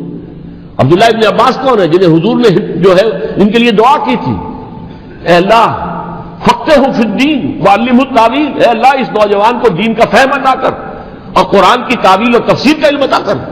حبر الامہ کہلاتے ہیں. وہ کہیں پیسوں اور ٹکروں کے عوض بن جانے والے نہیں تھے. انہوں نے امت کی مصلحت دیکھی، نیت جو ہے اس پر حملہ نہ کیجیے. البتہ اختلاف کا حق آپ کو حاصل ہے. 2 حضرات جو ہے ڈٹے رہے کہ نہیں، ہمیں کم وٹ میں ریزسٹ کرنا ہے. عبداللہ ابن زبیر عمر کے اعتبار سے وہ بڑے ہیں. مسلمانوں میں سب سے پہلے ولادت مدینے میں جا کر جو ہوئی ہے وہ عبداللہ ابن زبیر کی ہوئی ہے. ہجرت کر کے جب مہاجرین وہاں پہنچے کچھ عرصے تک کسی کے ہاں کوئی اولاد نہیں ہوئی تو لوگوں نے تانے دینے شروع کر دیے کہ معلوم ہوتا ہے کہ یہاں آ کر یہ مکے کے رہنے والے جو ہے کمزور ہو گئے ہیں, ان کی ہاں اولاد ہی نہیں ہو رہی. پھر عبداللہ ابن زبیر کی ولادت ہوئی ہے. یہ حضرت ابو بکر کے نواسے ہیں. حضور کی زوجہ محترمہ حضرت عائشہ کی بہن حضرت دیکھیے ابھی نام نکل گیا ہے جی, حضرت اسماء رضی اللہ تعالی عنہا عنہما, یہ ان کے ساتھ دادے ہیں, حضرت زبیر کے بیٹے. ان کا فیصلہ ہوا کہ ہمیں رجسٹ کرنا ہے کم وقت میں ایٹ اینی کاسٹ. حضرت حسین ابن علی رضی اللہ تعالی عنہما کا بھی فیصلہ ہوا کہ ہمیں رجسٹ کرنا ہے کم وقت میں. البتہ ان میں بھی ایک اختلاف ہو گیا, یعنی یہ دو تو جڑے رہے, ان دو میں اختلاف ہو گیا. عبداللہ ابن زبیر کا کہنا یہ تھا کہ ہمیں حجاز میں رہنا چاہیے, یہ سرزمین ہے جس میں نبوت کی برکات سب سے زیادہ ہیں. یہاں ہم مضبوط قلعے کے اندر ہیں, ہمیں یہاں سے جو ہے رجسٹ کرنا چاہیے اور ختم کرنا چاہیے اس نظام کے اندر جو خرابی آ گئی ہے. حضرت حسین رضی اللہ تعالیٰ عنہ کے پاس خطوط کا تانتا بنا ہوا تھا. کوفے سے لوگ خط لکھ رہے تھے, آئیے آئیے آئیے, ہم آپ کے ہاتھ پر بیعت کریں گے, ہم آپ کے ہاتھ پر بیعت کریں گے, ہم آپ کے ہاتھ پر بیعت کریں گے. یہی وہ کوفہ جو حضرت علی کا دارالخلافہ رہا تھا اور جو پھر سبائیت کا گڑھ بن گیا تھا. چنانچہ حضرت حسین نے حضرت مسلم بن عقیل کو بھیجا وہاں پر کہ میرے نمائندے کی حیثیت سے جا کر وہاں پر بیعت لو. 10-12 ہزار افراد نے بیعت کر لی. لیکن اس کے بعد یزید کی طرف سے گورنر بنا کے بھیجا گیا ابن زیاد کو. ابن زیاد نے آ کر جو تشدد کیا اور سختی کی تو سب کے سب بیعت توڑ کر اور سب منحرف ہو گئے. مخلصین تو وہ تھے نہیں, الکوفی لایوفی, کوفی جو ہے وہ تو کوئی وعدہ وفا کرنے والا ہوتا ہی نہیں, بیعت توڑ دی. فمن نقص فانما ينقص على نفسه, بیعت کے بعد بیعت توڑ دینا بہت بڑا گناہ ہے, توڑ دی. ادھر اطلاع مل گئی حضرت حسین کو, چل چکے تھے وہ راستے میں تھے کہ وہاں تو مسلم بن عقیل شہید ہو گئے اور سب لوگوں نے بیعت توڑ دی. اب واپس جانا چاہتے تھے لیکن مسلم بن عقیل کے بیٹے جو ہے اڑ گئے. یہ عرب کی اپنی ایک جو ہے پرانی ان کی حمیت اور ان کا قبائلی نظام کہ اب ہم اپنے والد کے خون کا قصاص لیے بغیر نہیں جائیں گے. حضرت حسین رضی اللہ تعالیٰ عنہ کی مروت اور شرافت, یہ میرا ساتھ دینے کے لیے آئے تھے, اب میں ان کا ساتھ نہ دوں تو یہ تو شرافت اور مروت کے خلاف ہے. کہا اچھا چلو چلتے. وہاں جا کر بھی عین اپنے میدان کے اندر بھی حضرت حسین رضی اللہ تعالیٰ عنہ نے 3 چیزیں پیش کی ان کوفیوں کے لشکر کے خلاف. سب سے بڑا لشکر کے اندر سب سے بڑے تو کوفی تھے جنہوں نے بیعتیں کی ہوئی تھی حضرت حسین کے ساتھ. دیکھو مجھے جانے دو واپس حجاز کی طرف, یا مجھے سرحدوں پر بھیج دو تاکہ میں کافروں کے ساتھ جنگ کرتے ہوئے اپنی جان دے دوں, یا مجھے یزید کے پاس جانے دو, میں اپنا معاملہ اس سے طے کر لوں. لیکن کوفیوں کو یہ گوارا نہیں تھا. اگر یہ یزید کے پاس پہنچ گئے تو ہمارا کچا چٹھا بیان کر دیں گے کہ مجھے تو ان لوگوں نے برگلا کر بلایا تھا. اس لیے کہ دیکھیے حضرت امیر معاویہ کے 20 سالوں کے دوران میں بتا چکا ہوں ان کی حکومت اتنی مستحکم تھی کہ اس کے خلاف کوئی فتنہ اٹھانا ممکن نہیں تھا. اب کیونکہ چینج اوور ہوا تھا, اور چینج اوور میں آپ کو معلوم ہوتا ہے کہ ایک جس کو کہتے ہیں every thing is in the melting پاٹ, ابھی تو یہ درمیان کے اندر معاملہ ہے. تو انہیں موقع ملا, سر اٹھایا حضرت حسین رضی اللہ تعالیٰ عنہ کو, جو خطوط لکھے جس کے کہ تھیلے کے تھیلے اور بوریوں کی بوریاں بھری ہوئی حضرت حسین کے ساتھ تھی, وہ کہا کہ آئیے ہم آپ سے بیعت کریں گے. انہوں نے نہیں مانا. اور اصل میں حضرت حسین کے قاتل وہ کوفی ہیں, وہ بزدل, وہ منافق جنہوں نے بیعت کر کے بیعت توڑی. اور اب وہ آ گئے کہ اگر یہ حسین رضی اللہ تعالیٰ عنہ بچ کر کہیں یزید کے پاس پہنچ گئے تو پھر ہمارا کچا چٹھا جو ہے وہ سامنے آ جائے گا اور ہماری پھر شامت آ جائے گی. لہذا انہوں نے قتل کیا حضرت حسین کو رضی اللہ تعالیٰ. ایک بات جو علامہ ڈاکٹر قلب صادق نے فرمائی, اور میرے علم میں یہ بات پہلے نہیں تھی, وہ یہ کہ حضرت حسین کے قتل کا فتویٰ ایک بہت بڑے مفتی نے دیا تھا. یہ بات بھی ذرا سمجھ لیجیے. حضرت حسین رضی اللہ تعالیٰ عنہ کے قتل کا فتویٰ ایک بہت بڑے مفتی نے دیا تھا. کیوں دیا تھا؟ اس لیے کہ حضور کی احادیث موجود ہیں کہ جب ایک شخص کی ایک خلیفہ کی بیعت ہو جائے تو دوسرا اگر کھڑا ہو تو اسے قتل کر دو. کھلی حدیث.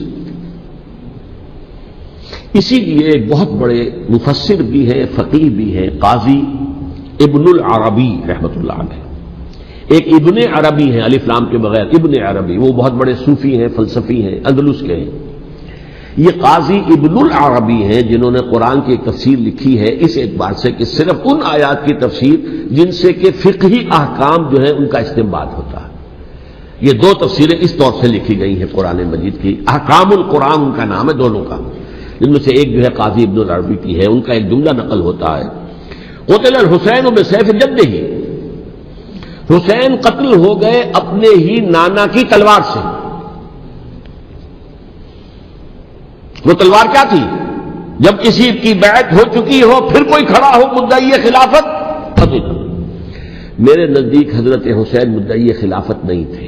یہ بات اس وقت سامنے لوگوں کے نہیں آئی، بلکہ حکومت نے یہ باور کرا دیا کہ یہ تو باغی ہے، یہ مدعی ہے خلافت کے. انہوں نے تو دعویٰ نہیں کیا خلافت کا، وہ تو صرف اس عمل کو روکنے کے لیے میدان میں آئے تھے. اور اس بات کو اچھی طرح سمجھ لیجئے کہ اس وقت تک یہ جو تصور آج ہمارے پاس ہے کہ ریاست علیحدہ ہے، حکومت علیحدہ ہے. State of Pakistan, we are loyal to the state of Pakistan. ہم ریاست پاکستان کے وفادار ہیں، گورنمنٹ آف پاکستان کے وفادار نہیں ہے. We are not loyal to the government. Government تو کبھی بے نظیر کی تھی، ہم اس کے خلاف تحریک چلا رہے تھے، یا کبھی کسی اور کی تھی اس کے خلاف تحریک چل رہی ہے، یا کبھی ضیاء الحق کی تھی اس کے خلاف تحریک چل رہی ہے.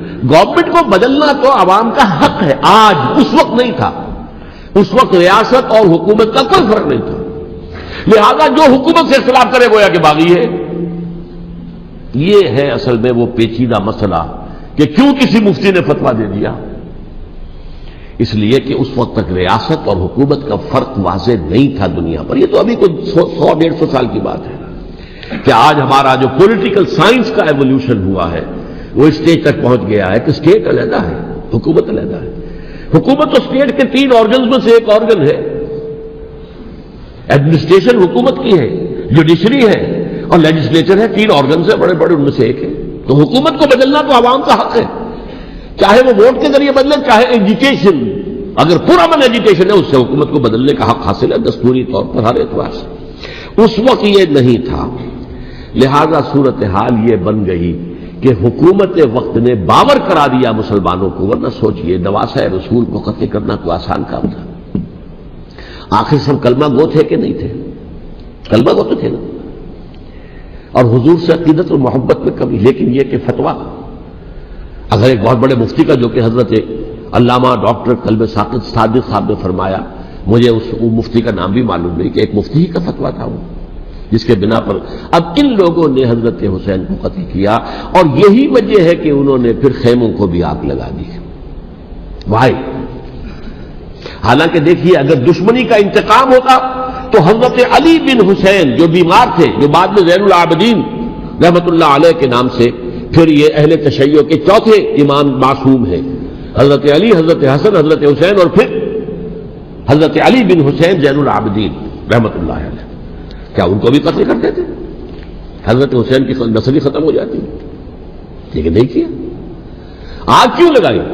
آگ اس لیے لگائی کہ وہ جو ڈاکومنٹری پروف ہے ہماری غداری کا یزید کے خلاف حضرت حسین کو جو ہم نے دعوت دی، وہ جو ڈاکومنٹری پروف خطوط کی شکل میں موجود ہے وہ ختم ہو جائے، ڈسٹرائے ہو جائے.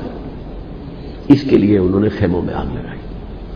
بہرحال یہ ہے تاریخی پس منظر. یہ اسی سبائی فتنے کا تسلسل ہے جس نے سب سے پہلے حضرت عثمان کی جان لی رضی اللہ تعالیٰ عنہ. 5 سال تک مسلمانوں میں خانہ جنگی رکھی ہے. حضرت علی کو پھر شہید کیا، اور اس کے بعد جو ہے 20 سال حضرت امیر معاویہ کے تو سر نہیں اٹھا سکے. لیکن پھر جب ایک چینج اوور ہو رہا تھا تو اس وقت انہوں نے موقع غنیمت سمجھا کہ اب کھڑے ہو جاؤ اور اب دوبارہ ایک فتنہ جو ہے اس کو امت کے اندر پیدا کر دو. اچھا، اس معاملے میں ایک بات جو میں نے وہاں کہی کہ ہمارے ہاں شاعرانہ جو مبالغہ آمیزی ہے. یہ میری گفتگو کا حصہ انہوں نے حذف کر دیا ہے. اور میں نے ایک سنی شاعر بہت بڑے عالم جن کے حوالے سے آج بھی میری تقریر ہوگی خالق جنہ ہال میں، مولانا محمد علی جوہر کے ایک شعر کے حوالے سے کہا کہ قتل حسین اصل میں مرگ یزید ہے، اسلام زندہ ہوتا ہے ہر کربلا کے بعد. میں نے کہا بالکل محمل شعر ہے. اسلام مرا ہی نہیں تھا، زندہ ہونے کا کیا سوال. اور اگر کسی درجے میں مزمحل یا زخمی ہوا تھا تو وہ تو رہا، کربلا کے بعد بھی رہا. یزید کی حکومت بھی رہی، بنو امیہ کی حکومت بھی چلی، کوئی تبدیلی تو نہیں آئی. یہ کیا کہہ رہے ہیں؟ اسلام زندہ ہوتا ہے کربلا کے بعد. میں نے کہا اسلام مرا نہیں تھا. جیسے میں نے یہ کہا کہ ملوکیت جو ہے وہ اب شروع نہیں ہوئی، ملوکیت تو 20 برس پہلے شروع ہو چکی تھی حضرت امیر معاویہ کے. لیکن ظاہر بات ہے کہ حضرت حسن نے، حضرت حسین نے اس کو قبول کیا. اور حضرت حسین نے تو پھر 10 سال تک ولی عہدی جو تھی چاہے بیعت نہیں کی لیکن اس کے خلاف میدان میں آ کر چیلنج تو نہیں کیا. اس اعتبار سے یہ معاملہ جو اسلام زندہ ہوتا ہے کربلا کے بعد، یہ بے تکی بات ہے. ہاں، حضرت شاہ اسماعیل شہید رحمۃ اللہ علیہ کی اگر میں تشبیہ کو، تمثیل کو سامنے رکھوں تو اسلام کی عمارت 6 منزلہ ہے. 6ٹی منزل ٹاپ کی وہ گر گئی، 5 منزلیں انٹیکٹ تھیں. اسلام مرا نہیں تھا. عدالت میں شریعت کے مطابق فیصلے ہو رہے تھے، قاضی تھے، مفتی تھے، شریعت نافذ تھی. اسلام کہاں مرا تھا؟ جبکہ خود کہہ رہے ہیں علامہ قلب صادق کے ایک مفتی کے فتوے سے ہی حضرت حسین کو قتل کیا گیا. اب وہ مفتی کی رائے، اس کی بدنیتی ہو، جو بھی ہو، وہ جانے، اللہ جانے. لیکن عام مسلمان کیا کریں؟ اس پہلو سے اسلام مرا نہیں تھا. ہاں، ایک منزل گر گئی تھی، وہ گری رہی، 1000 برس تک گری رہی. یہاں تک کہ آ کر مغربی امپیریلزم نے اس کے گرایا، ملوکیت کا معاملہ ختم کیا اور وہ جبرین ملوکیت دوسری آ گئی. ورنہ وہی بادشاہی چلی ہے. بلکہ دور بنو امیہ میں وہ بادشاہی پوری طرح اس نے بالوں پر نہیں نکالے تھے. اصل باروں پل تو اس نے نکالے ہیں دور بنو عباس میں آ کر. اور پھر سلاطین جو ہے ترک، جو ترک خلفاء ہے، ان کا بھی بادشاہت تھی اور کیا تھا، وہ خلافت تو نہیں تھی. تو یہ تو اسلام میں جو بھی نقص واقع ہو گیا تھا، کبھی واقع ہو گئی تھی، وہ جو کی تو برقرار رہی. اس کو بھی تسلیم کیا. میں اللہ کا شکر ادا کر کے کہتا ہوں کہ دونوں حضرات، دونوں شیعہ دانشور اور بڑی اعلیٰ سطح کے جو شیعہ عالم تھے، انہوں نے اس بات کو تسلیم کیا اور میری اس بات کو چیلنج نہیں کیا.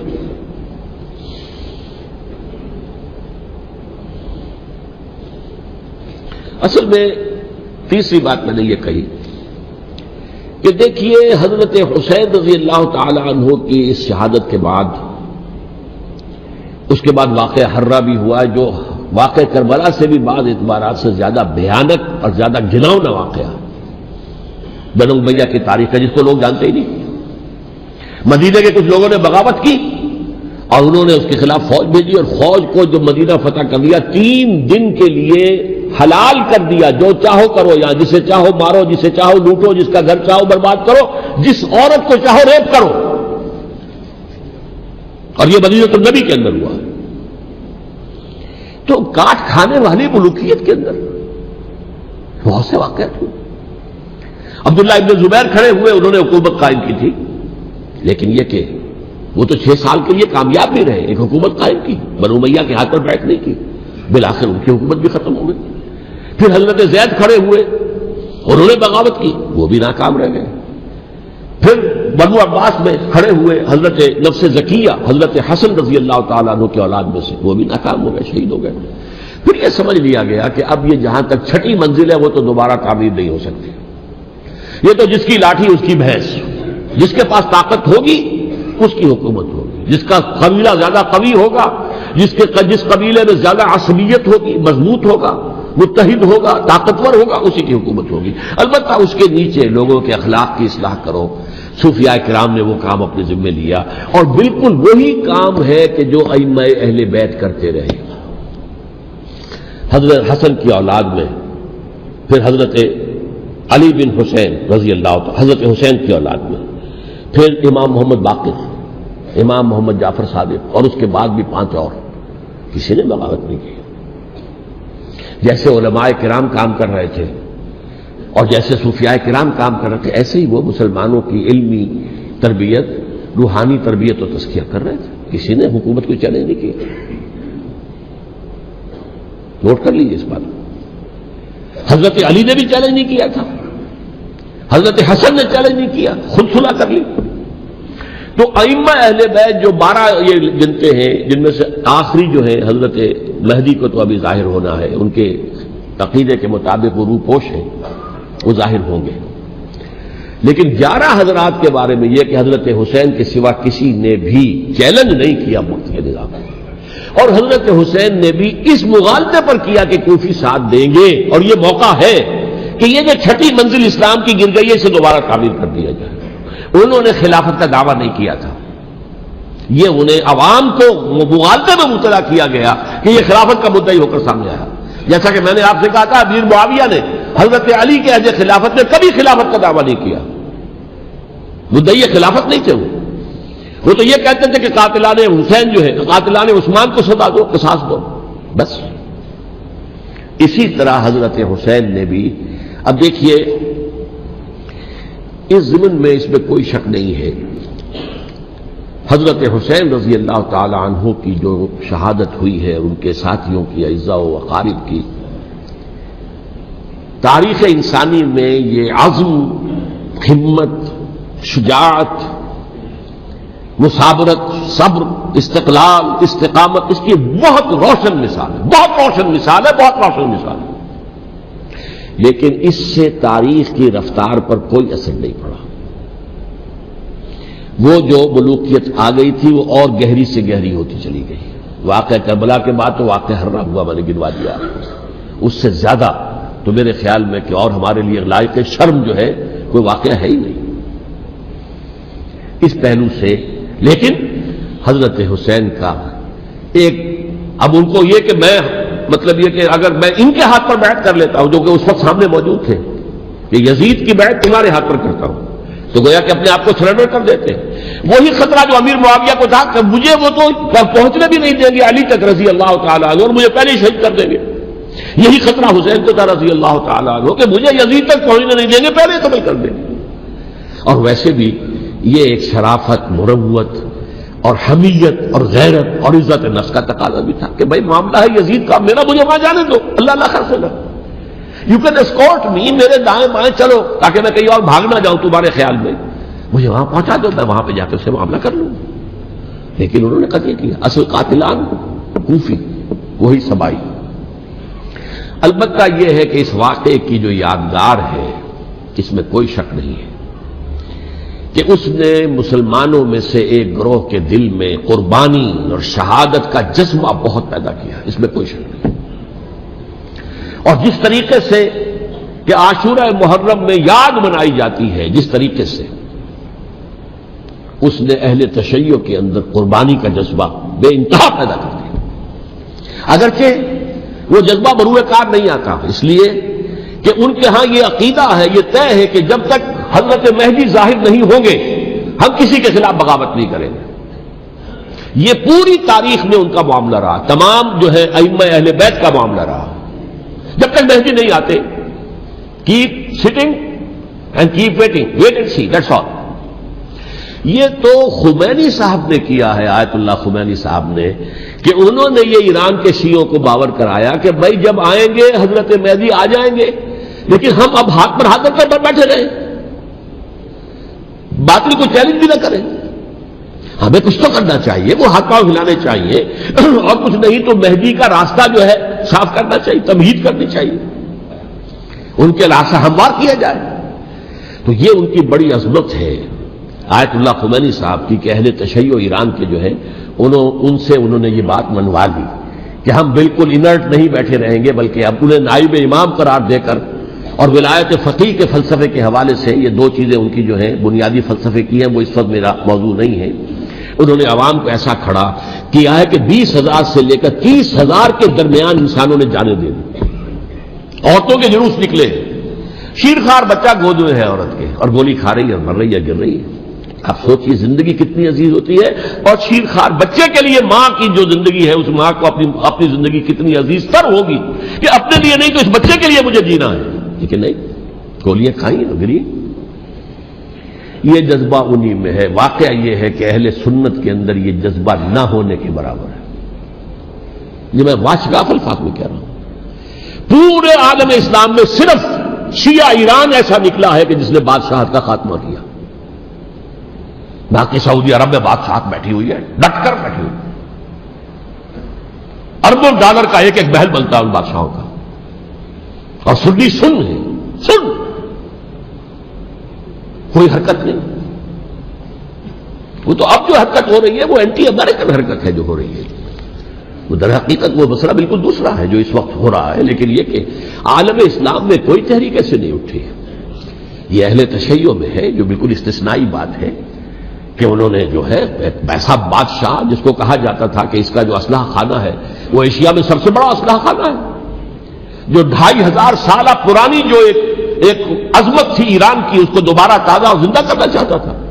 2500 سالہ برسی اس نے منائی تھی، اس کے لیے شہر آباد کیا تھا کہ خسرو یا سائرس یا ذوالقرنین قرآن مجید کی اصطلاح میں اس کی یادگار بنائی تھی. اور وہ سوچ رہا تھا کہ وہی عظمت دوبارہ ایران کی ہوگی جو کہ خسرو کے زمانے میں تھی، جس کا قرآن مجید میں سورہ کہف کے اندر ذکر ہے. مشرقی فتوحات، مغربی فتوحات، شمالی فتوحات. تو وہ بادشاہ جو اس کو بھاگنا پڑا ہوا قربانی کی وجہ سے. تو یہ جو ہے واقعہ کربلا نے، اس میں کوئی شک نہیں ہے کہ ایک ایسی مشعل روشن کی ہے جس کو کہ ہر شخص کو دیکھنا چاہیے. یہ بھی انسان، جیسے کہ اقبال نے ایک شعر کہا تھا غالب کے لیے، فکر انسان پر تیری ہستی سے یہ روشن ہوا ہے پرے مرغ تخیل کی رسائی تاک ہو جا. تو فکر انسان پر حضرت حسین کی قربانی سے یہ واضح ہوا ہے کہ انسان کس حد تک جا سکتا ہے قربانی دینے کے لیے اپنے کسی مقصد کے لیے. مقصد ان کا جو تھا، میں نے اسی لیے آیت پڑھی تھی معاذ اللہ ثم معاذ اللہ. میں ایک آخری بات جو کہہ رہا ہوں وہ نوٹ کر لیجئے. ایک خاص انتہائی نقطۂ نظر کے عام کیے جانے کی وجہ سے سنیوں میں بھی ایک انتہائی رد عمل پیدا ہوا ہے. Extreme rightist سنیز. اگر ایک طرف سے حملہ کیا گیا ہے حضرت عثمان کی نیت پر، ان کو خیانت کا الزام لگایا گیا، ان پر اقربا پروری کا الزام لگایا گیا، حضرت ابو موسیٰ شریف پر خیانت اور غداری کا الزام لگایا گیا. یہ ساری چیزیں اگر صحابہ کرام کے اوپر ہوئی ہیں، امیر معاویہ پر، امیر اور عمرو بن العاص پر، تو جواب میں کچھ لوگ کھڑے ہو گئے. حضرت علی وہ اقتدار کے طالب تھے، معاذ اللہ ثم معاذ اللہ ثم معاذ اللہ. یہ اہل سنت کا موقف نہیں ہے. حضرت حسین اقتدار کے طالب تھے، ہرگز نہیں، ہرگز نہیں، ہرگز نہیں. وہی اصول جو میں نے بتایا تھا سب کے لیے لاگو رہے گا. وہ امیر معاویہ کے لیے ہے تو حضرت علی کے لیے بھی، حضرت حسین کے لیے بھی ہے. یہ نیک نیت ہے. آپ ان کی کسی رائے سے اختلاف کر سکتے ہیں لیکن ان کی نیت پر حملہ نہیں کریں گے. نیت پر حملہ کریں گے آپ کا ایمان بالرسالت جو ہے وہ مجروح ہو جاتا. یہ رسول کے ساتھ بھی ہے. رسول نے ان کا تزکیہ کیا، یتلو علیہم آیاتہ ویزکیہم، اس کا سارا عمل محمد کا کیا ہوا ہے صلی اللہ علیہ وسلم. تو صحابی کے معاملے میں یہ ہمارے ہاں ان کو اہل سنت جو ہے جو معتدل مزاج کے، اور اکثریت ان کی، یہ تو چند لوگ ہیں ذرا قلم چلا لیتے ہیں تو ان کی بہت سی کچھ چھوٹی چھوٹی کتابیں بھی شائع ہو گئی ہیں بہت، لیکن انہیں اہل سنت نے قرار دیا ناسبی یا خارجی. جیسے خوارج نے کہا تھا حضرت علی بھی کافر ہے اور حضرت امیر معاویہ بھی کافر ہیں، حضرت عمرو بن العاص بھی کافر ہے، معاذ اللہ ثم معاذ اللہ. ایسے ہی کچھ لوگ حضرت حسین پر بھی الزام لگاتے ہیں کہ اقتدار کی حوث اور طلب کے اندر انہوں نے یہ سارا سفر کیا تھا اور بس یہ ہے کہ وہ جو بازی تھی وہ ہار گئے. اللہ اللہ خیر صلی اللہ، اس سے آگے کیا ہے معاملہ؟ نہیں، معاذ اللہ ثم معاذ اللہ. اسی لیے میں نے آیت آج جو پڑھی تھی ایک اور جو بہت بظاہر آپ کو معلوم ہوئی ہوگی، غیر متعلق ہے میرے آج کے عنوان سے. تلک الدار الآخرۃ نجعلھا للذین لا یریدون علوا فی الارض ولا فسادا. یہ سورہ قصص کے آخری آیات میں سے. دیکھو یہ آخرت کا گھر جو ہے وہ ہم خاص کر دیں گے ان لوگوں کے لیے جو اس زمین میں اپنے اقتدار کے طالب نہیں ہوتے. زمین میں اقتدار کے طالب ہو گے فساد ہو جائے گا. تم بھی طالب، میں بھی طالب، جھگڑا ہوگا، لڑائی ہوگی، دنگا ہوگا، فساد ہوگا. تلک الدار الآخرۃ نجعلھا للذین لا یریدون علوا فی الارض ولا فسادا. جو لوگ زمین میں اپنے اقتدار کے طالب اور اس کے نتیجے میں فساد پیدا کرنے والے نہیں ہیں ان کے لیے ہم نے آخرت کا گھر خاص کیا ہے. والعاقبۃ للمتقین، اور عاقبت جو ہے، انجام کار، آخرت جو ہے وہ تو متقیوں کے لیے ہے. اسی میں آئیں گے سب صحابہ کرام، خواہ وہ حضرت علی ہے رضی اللہ تعالیٰ عنہ اور خواہ وہ حضرت امیر معاویہ ہیں، حضرت عثمان ہیں رضی اللہ تعالیٰ عنہما، خواہ حضرت حسن ہیں، حضرت حسین ہیں رضی اللہ تعالیٰ عنہما، خواہ عبداللہ ابن زبیر ہے، خواہ عبداللہ ابن عباس ہے، خواہ عبداللہ ابن عمر ہے رضی اللہ تعالیٰ عنہم اجمعین۔ اس اصول کو سامنے رکھ کر اختلاف آپ کر سکتے ہیں کسی سے بھی، لیکن کسی کی نیت پر حملہ کریں گے تو اصل میں آپ کا ایمان بالرسالت مجروح ہو جائے گا۔ علی کو نبی اکرم صلی اللہ علیہ وسلم نے اپنا نائب بنا کر چھوڑا تھا جب غزوہ تبوک میں جا رہے تھے مدینے میں۔ حضرت علی نے کہا بھی کہ مجھے آپ عورتوں کے ساتھ بٹھا کے جا رہے ہیں۔ فرمایا تمہارا مقام میرے ساتھ وہی ہے جو موسیٰ کے ساتھ ہارون کا تھا۔ ہارون کو چھوڑ کر گئے تھے نا یہودیوں کے پاس جب گئے تھے تورات لینے کے لیے، تو تمہارا وہی مقام ہے میرے ساتھ۔ تو یہ حضرت علی ہے رضی اللہ، ان کے بارے میں میرا ان کی کیا عظمت میری نگاہ میں۔ تو یہ 3 کتابچے ہیں، مجھے نہیں معلوم تیسرا یہاں ہے یا نہیں ہے، بہرحال آپ لوگوں کو ریکمینڈ کر رہا ہوں کہ ان کا مطالعہ کریں۔ اب یہ کہ آخری بات یہ کہ اصل ہمارے کرنے کا کام کیا ہے۔ دیکھیے کیوں نہیں کیا کسی نے بھی خروج کا معاملہ، وہ میں واضح کر چکا ہوں، بغاوت نہیں کی۔ کیوں؟ ایک تو ریاست اور حکومت میں فرق نہیں تھا، ذرا کھڑا ہو اور وہ باغی قرار پائیں گے، واجب القتل ہو جائیں گے، فتوے کی زد میں آ جائے، یہ معاملہ تھا۔ اور دوسرے یہ کہ عمارت پوری گری نہیں تھی، ایک منزل گری تھی نا۔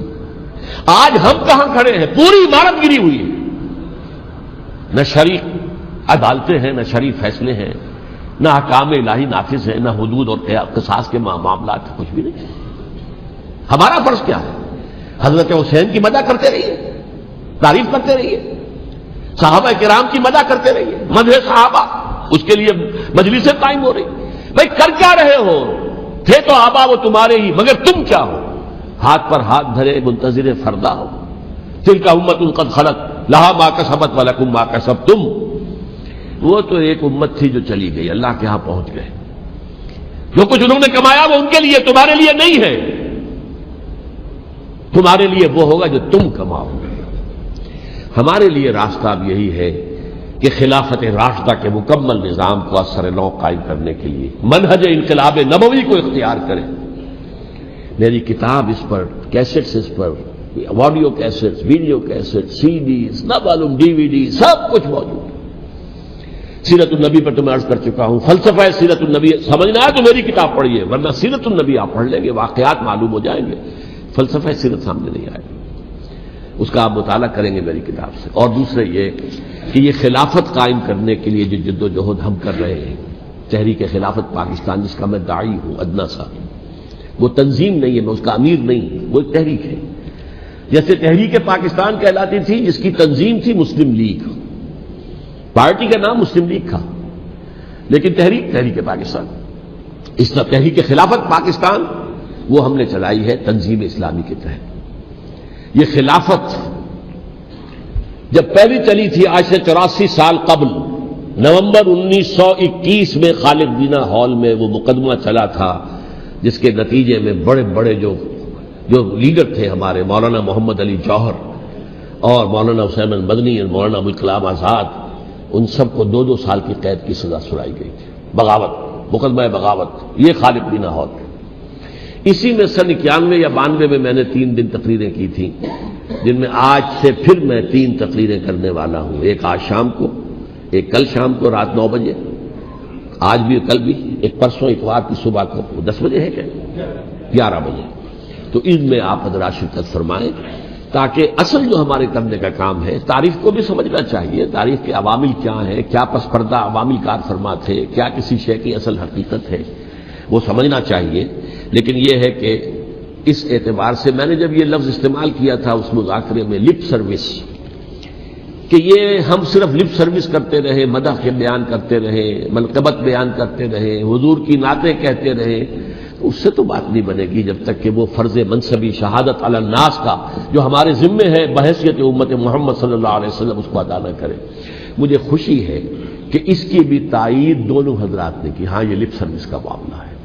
اللہ تعالی حضرت حسین کے نقش قدم پر چلتے ہوئے، بلکہ اصل میں تو ہمارے لیے اسوہ رسول ہے محمد صلی اللہ علیہ وسلم کا، اس پر چلتے ہوئے ہم پاکستان میں اسلامی کا نظام خلافت قائم کرنے کی جد و جہد کریں۔ اقول قولی ھذا واستغفر اللہ لی ولکم ولسائر المسلمین والمسلمات۔